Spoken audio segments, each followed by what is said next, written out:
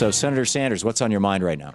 Well, there are a number of things. It's obviously a very busy time in Washington. Let me briefly go over a report that we just issued the other day, and that is that corporation after corporation who are making huge amounts of profit, it turns out, not only are not paying any taxes whatsoever, Tom, but are getting significant rebates from the IRS. I want people to hear this. I'll go through it briefly.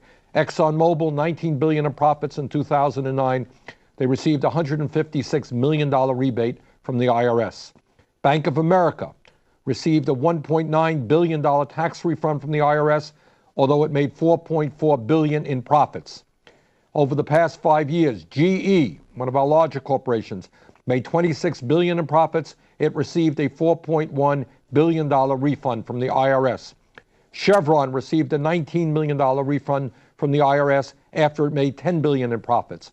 Boeing, which received a $30 billion contract from the Pentagon, got a $124 million refund from the IRS last year.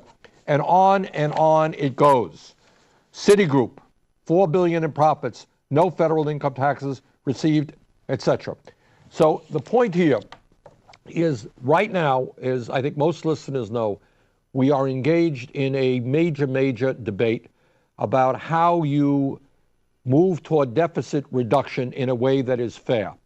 Our Republican friends in the House have come up with a draconian program which slashes Head Start, Pell Grants, the Social Security Administration, the EPA, nutrition programs for low-income pregnant women, and on it goes, community health centers.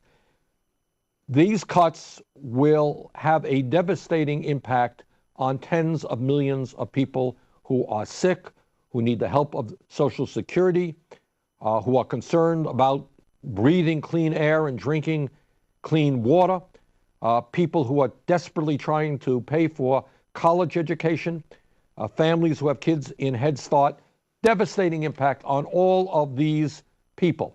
Meanwhile, what we now learn is that major corporations who are enjoying huge profits not only pay nothing in taxes, they get a tax rebate. But in terms of the negotiations that's going on here, in terms of how we move forward toward a balanced budget, there is very little discussion. We have brought forth ideas, few other people, about the need to add revenue into the picture rather than just cut programs for the elderly, the sick, and the most vulnerable people in this country. We have proposed a surtax on families making more than $1 million. We have legislation in that would do away with all of the loopholes that enable oil companies not to pay anything in taxes. But what is going on here, unfortunately, is once again, the power of big money is driving the agenda, and I'm afraid the results will not be good. So that's one of the issues that we are dealing with. Social Security, we had a great rally a few days ago with many of the Social Security and senior organizations out there. It was terrific. Standing room only. Senator Harry Reid led the effort. Bottom line here is, despite what you hear on radio and TV, Social Security is not going broke. It's not going bankrupt. It has a $2.6 trillion surplus, can pay out every benefit owed to every eligible American for the next 26 years. If you lift the cap on income above $250,000, get that money into the trust fund, it will be good for the next 50 or 60 years. The fight and the attacks against Social Security are not based on the fiscal condition of Social Security. It is an ideological attack by right-wingers who do not believe that government should be involved in providing retirement security to the elderly or helping those with disabilities or widows and orphans. Well, that's a huge issue. Isn't there also a large element of the banksters on Wall Street looking at that $2.7 trillion trust fund and saying, ha, we want our hands on this money? You got it, because if you eventually eliminate Social Security and you're interested in some retirement benefits, you want to make sure that you have some money when you retire. Where are you going to go? You're going to have to go to some financial institution. They will make a huge amount of money in commissions. So certainly, a significant part of the attack on Social Security it comes from our good friends on Wall Street, whose greed The only thing you could say about them is they never stop. They are extraordinarily greedy. I personally believe their entire business model is based on fraud.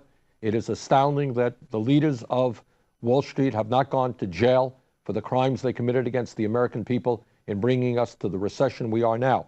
But these guys just never stop. And it turns out not only do they get bailed out by taxpayers, then give themselves huge compensation packages and make more money than they've ever made before. Turns out that some of the leading companies there don't pay any taxes either. So this is quite a crew of characters that we have there. Last point that I would make, well, not last point, but one of the key points, big debate now. The Republicans are pushing to neutralize the Environmental Protection Agency in terms of controlling carbon emissions.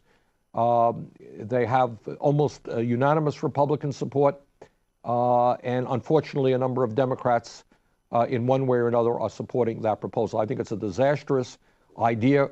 If we do that, if we give up on essentially controlling carbon emissions, we are waving the white flag in terms of the struggle against global warming, and I think that would be a disastrous mistake. Last point, everybody is aware that the United States is now involved in a third war in the Middle East. After Afghanistan, after Iraq, we're now into Libya.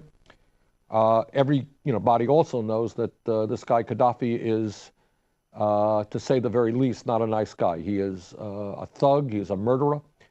He has been involved in some horrendous acts during his career. And I think we would all like to see him go. But I am very worried about the United States getting dragged into a third war in that region. Yeah, it is a concern to all of us, and it doesn't seem to be going the quick and clean and easy way that we think it should.